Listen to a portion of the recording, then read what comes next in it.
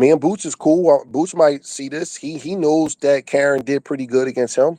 I don't think Karen won. People try to say it was a robbery. It wasn't that deep. But Karen had some good moments against him. Yeah, he did.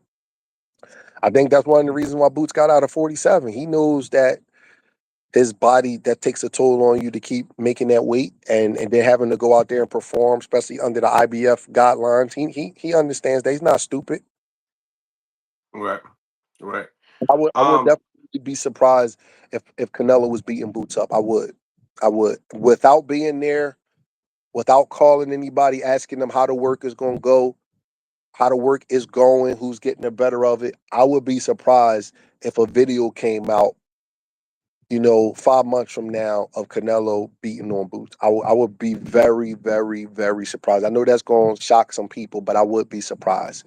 A lot of, because you in the gyms, but the younger, sharper, more dynamic guy, even if it's an amateur, usually get the better of the work in the gym. Now, I mean in a real fight, but in the gym and under that context, that guy usually gets the better of the work. Am I right? Mm-hmm. Yeah. So Yeah, it'll be very interesting if Boots leaves that camp early. Everyone's gonna be wondering why. They're gonna be wondering why. It is gonna be crazy. Bro, that was a major move though. But I like it. I like it. I like the move. I think Canelo showed he really want this.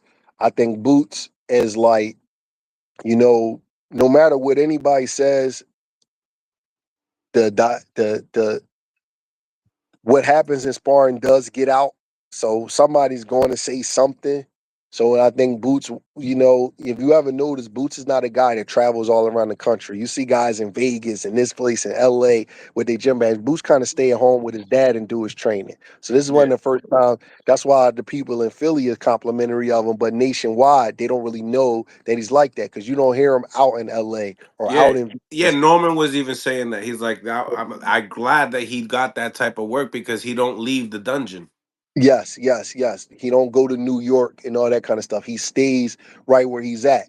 So now you're gonna see a guy like Reynoso and Canelo, who at the top of the food chain, they're gonna tell somebody like, oh my God, what the fuck is that?